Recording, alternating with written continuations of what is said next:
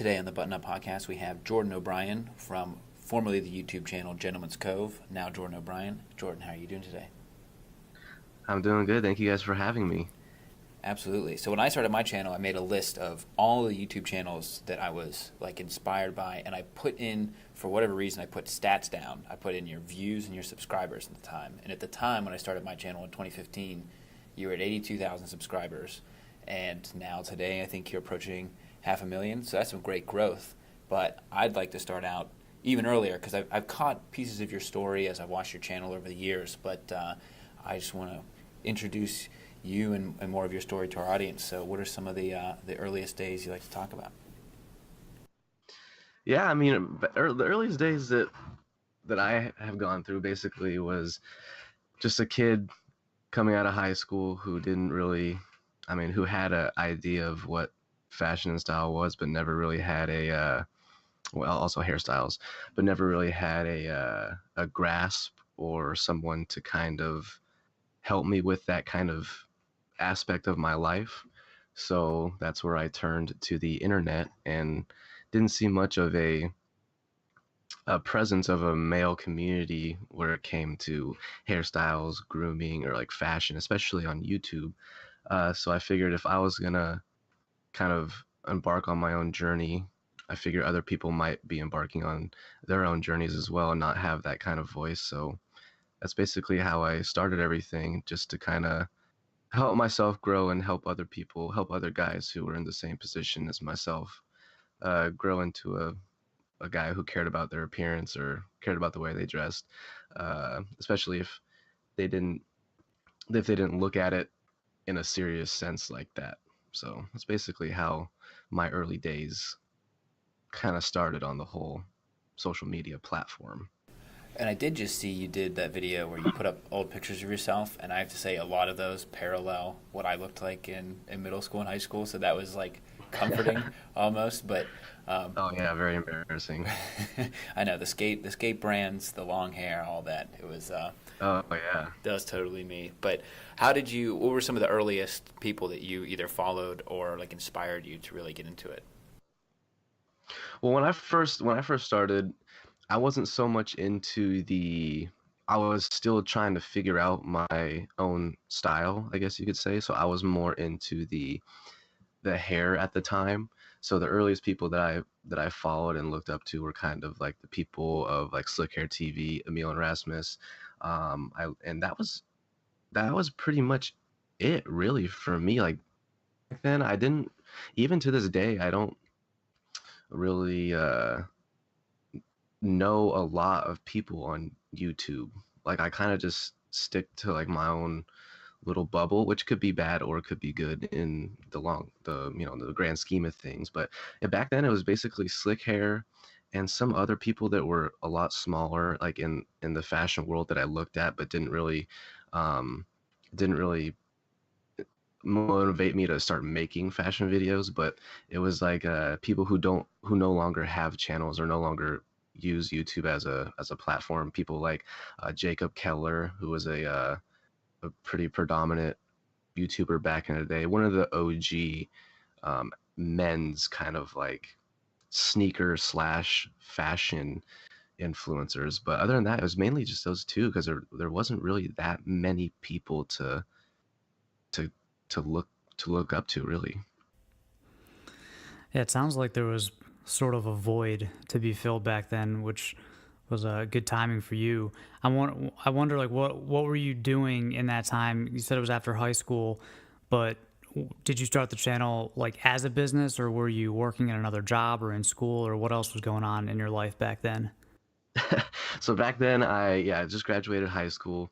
I originally had my first channel I made on YouTube actually wasn't had nothing to do with any type of hair, grooming, fashion, anything. It was actually more of like an opinion based like vlog skit channel. Like I wanted to be kind of like a comedian, I guess you could say. But people only really cared about how I did my hair. They didn't really care about the content I was putting out. They just wanted to know how I did my hair.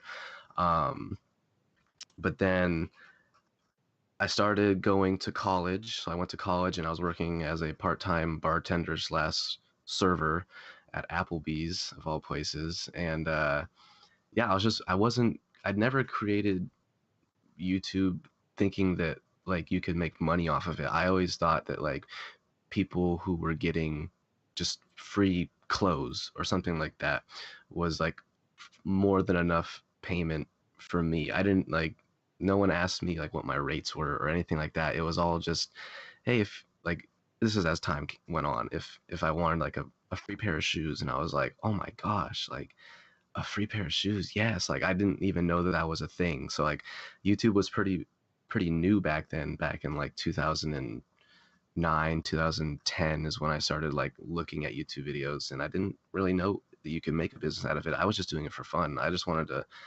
um, make funny videos and put them on a place where people could watch them, because I had taken some video production classes in high school and I wanted to continue doing that. So I just saw YouTube as a place to put funny videos, and then it turned into, whatever it is now. That's awesome. Yeah, it's funny. That's actually kind of a theme with people that we talk to on this podcast, where like their current channel or their current platform isn't their first attempt.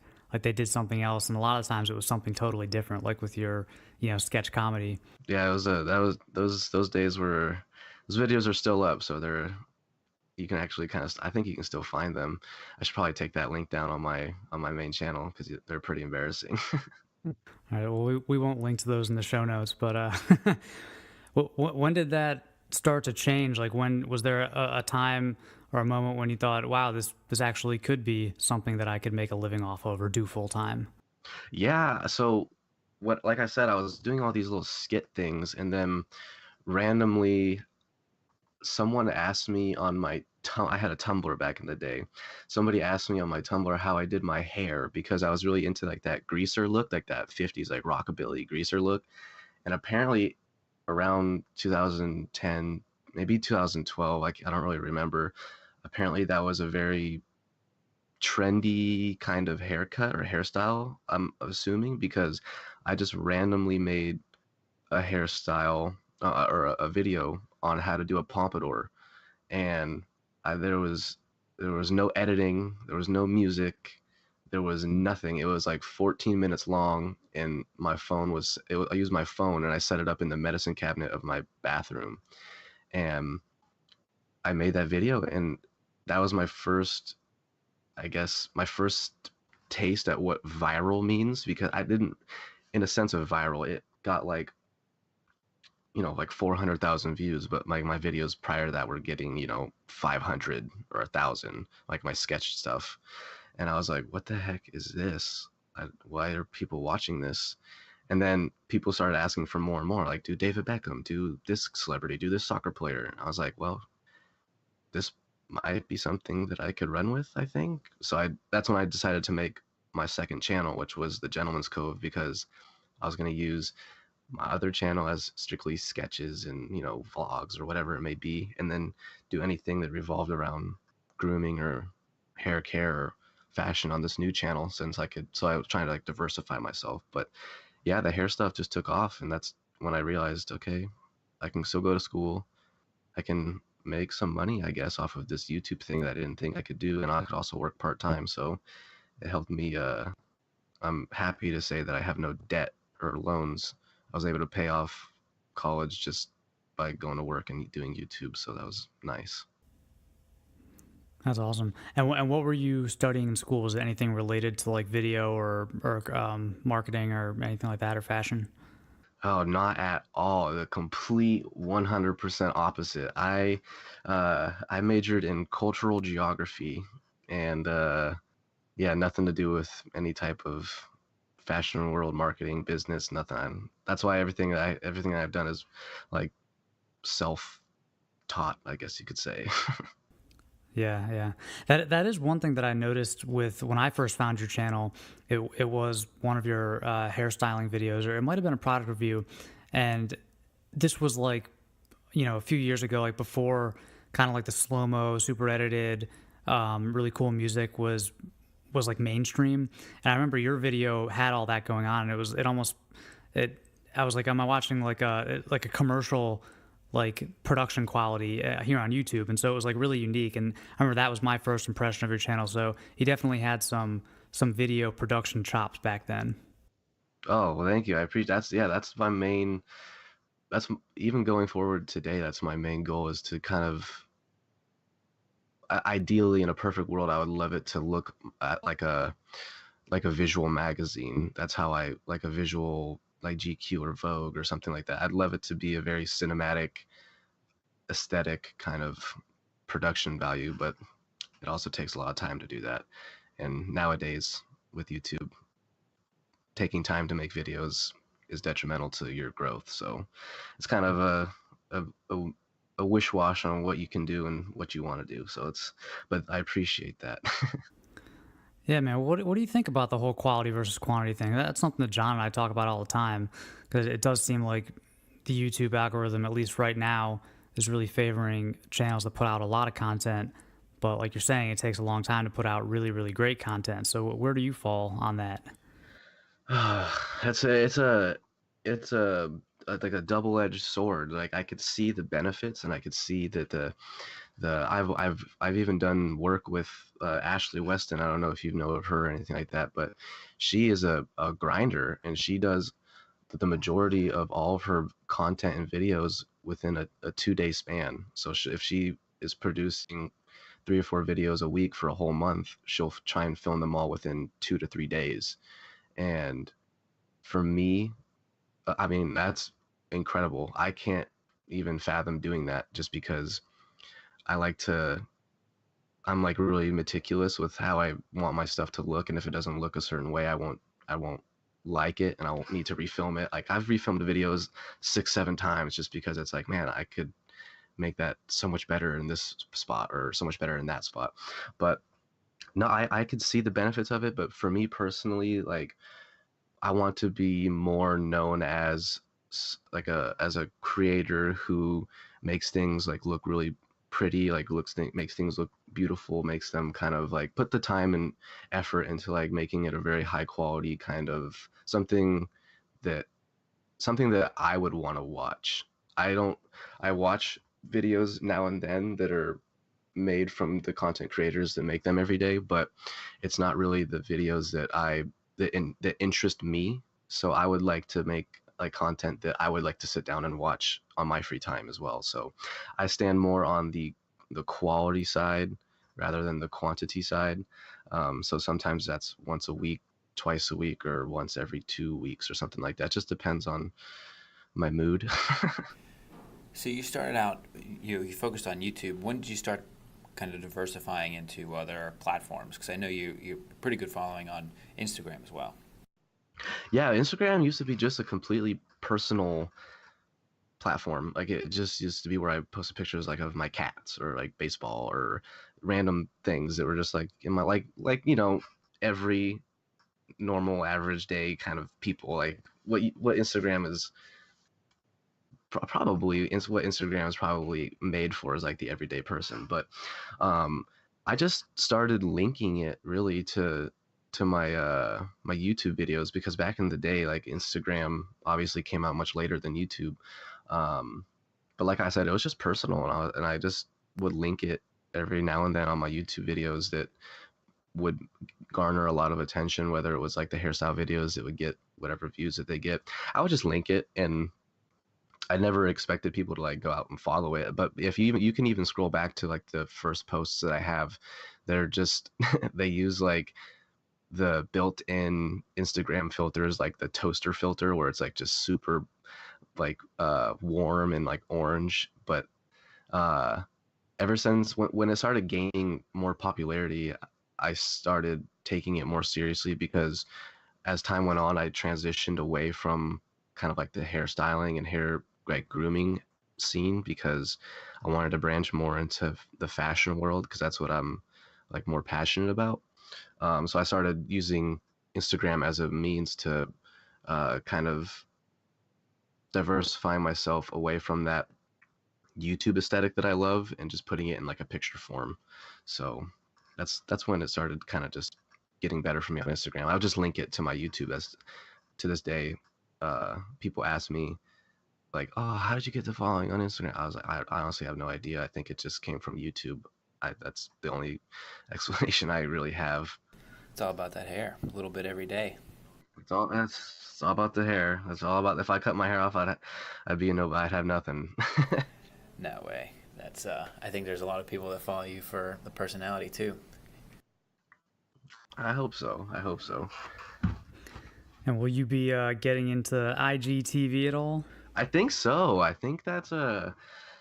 I think that could be something that is exciting for the future. I mean, you've seen what Instagram has done to Vine and Periscope and Snapchat. Really, they kind of, if they produce something that's similar to those apps kind of fizzle out. I'm not saying it's going to fizzle out YouTube, but it could be its own new kind of beast. And there's not many, at least on there's more men's fashion and men's grooming kind of influencers on Instagram, because pictures are a little bit easier, and it's a little easier to kind of follow and grasp, excuse me, on through picture form rather than video form, at least in my opinion. So the fact that they are allowing creators now to make things that could range from 10 minutes to an hour could be something that's super beneficial. And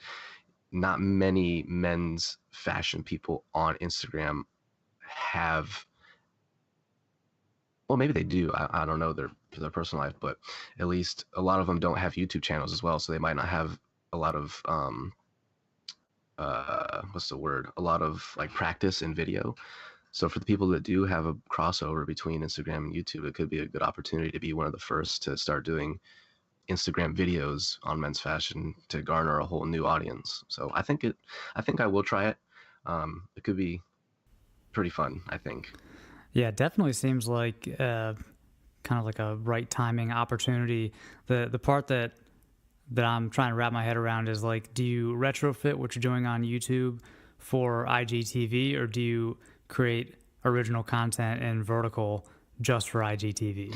Yeah, that's the thing, because I've seen some people do what you said and retrofit kind of like their widescreen videos, and it doesn't really look as good as it would if it was vertical. Like, some of the text could be cut off because it's somewhere else on a horizontal screen. But actually, it's funny you brought that up, because my business partner and good friend Carlos Roberto and I just did some videos the other day where we would get the same shots, one in landscape form and one in vertical form, just so we could have both, I guess, both angles to post on YouTube and on Instagram. So we'll see how it goes. I mean, it might just be, take another extra 20 seconds. I mean, it could be different if you're doing a whole like talking segment. It could be completely different, because then you're going to have to, redo a whole segment. But when it comes to like lookbooks or something that's like cinematic, if you just take an extra 20 seconds just to pause and flip the camera vertical, it might not be such a bad idea. But for the talking part, I could see how that could be troublesome. Totally. It does seem like the first platform that could really take on YouTube, though, from a video standpoint. Yeah, it definitely could. I mean, I don't really know much about like tech or the numbers that YouTube pulls in or anything like that, but I know Instagram, I think they just reached over 1 billion users or something like that, which is insane. So I think it could definitely be at least in competition. If not, it could be like the next, like YouTube would be its own thing, and then Instagram TV would be its own thing, and people would choose whether they go to Instagram or YouTube. That's what I think it might be. I don't know if it'll take over YouTube, because YouTube itself is just a monstrosity, but it definitely could be that like parallel competitor that competes with it.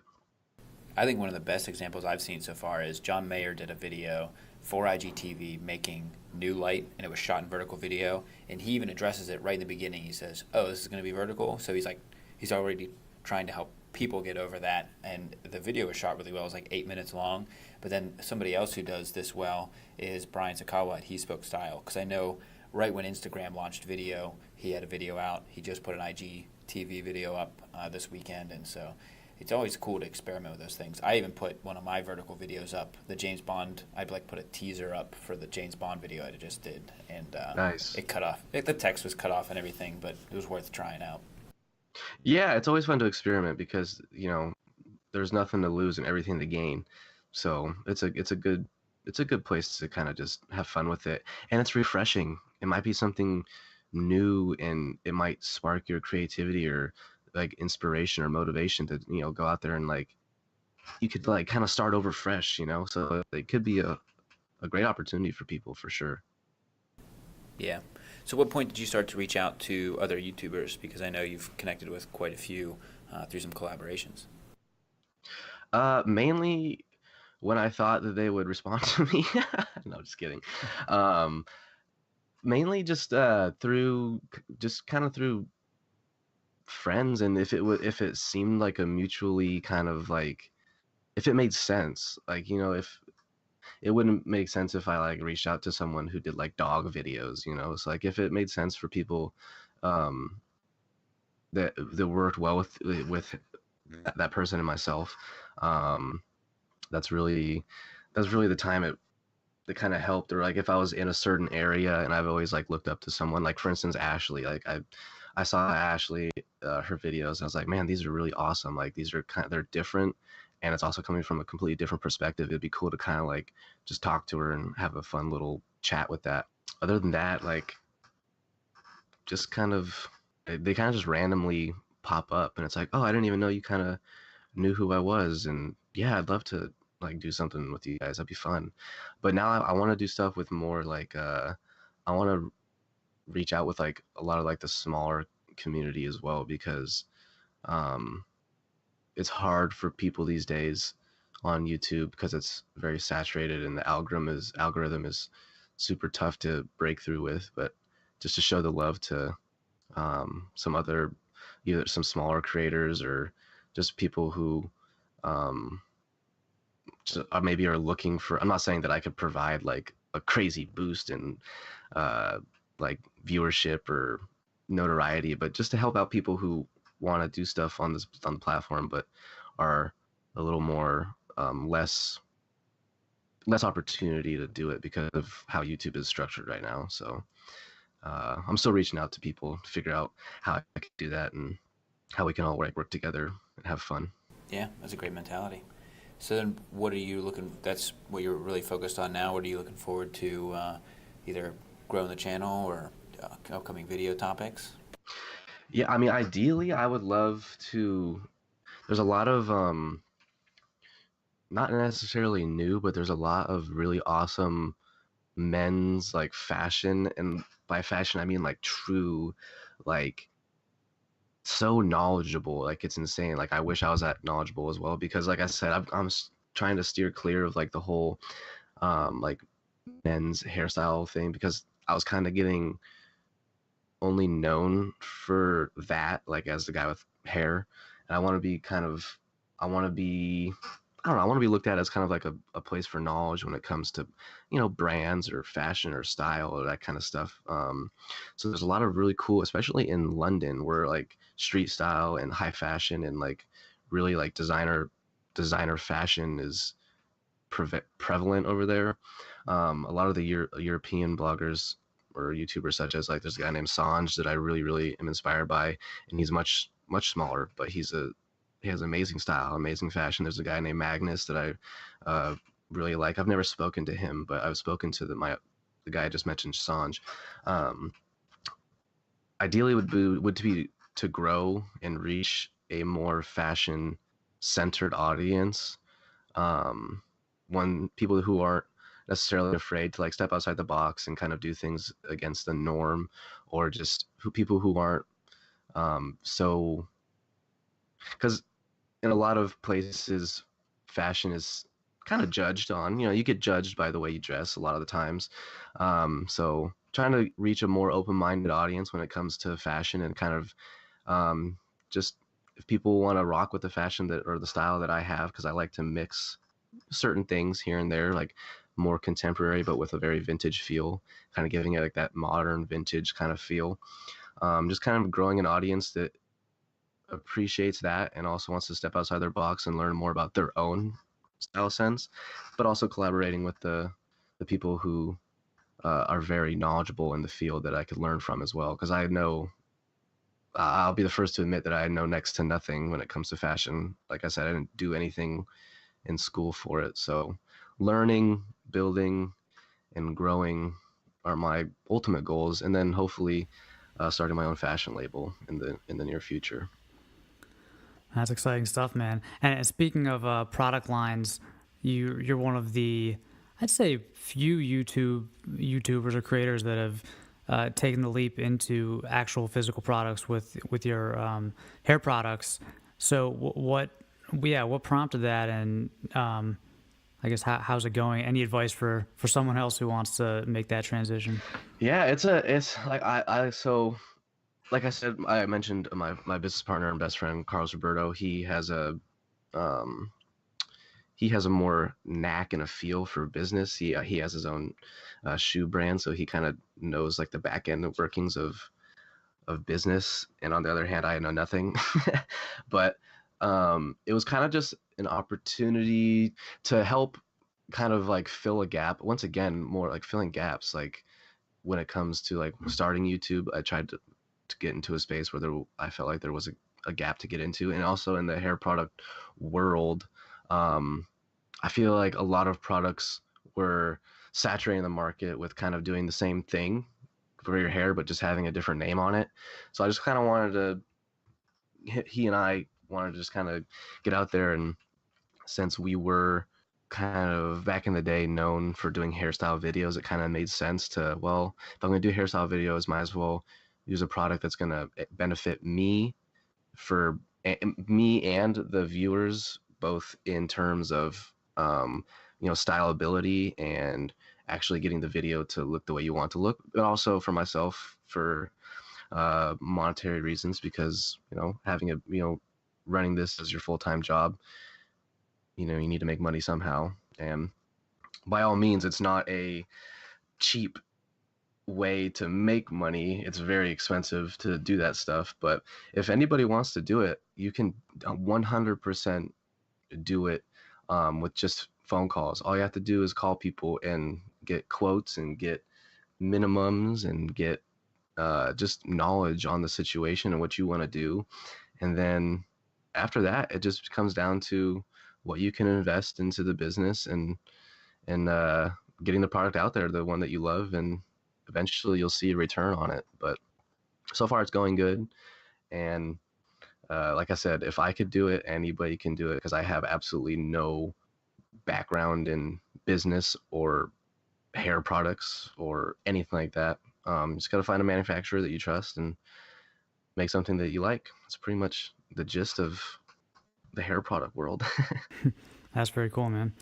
Well, we like to do something here toward the end of our episodes where we ask our guests a series of rapid fire questions, just real quick, like one word answer, questions about style and lifestyle, if you're down. Yeah, go for it. I hope I don't make myself look like an idiot, but I'm good. I'm down. All right, cool. All right, let's do it. So, first question: Oxfords or brogues? Brogues. Nice. Loafers or sneakers? Loafers, 100%. Spring, summer, or fall, winter? Oh, fall, winter. A morning or evening shower? Morning. Okay. Jeans, chinos, or trousers? Trousers all day, every day. Nice. I think that's the first answer we've had. That was definitively trousers. I think so. Me or I don't own any chinos, and I'm actually looking at all of my jeans right now, and I think I have probably like 20 or 25, and I wear 2. So Yeah, I should probably get rid of the majority of them. I wear a black pair, I wear a khaki pair, and I wear a blue pair, and that's it. Yeah, man. Time for some closet cleaning. I feel you on that one. Yeah, God, it's horrible. All right, I got two more for you. All right. Notch lapels or peak lapels? Peak. Peak, okay. And then for suits and jackets, navy or charcoal? Navy. I like navy. Navy's a little more.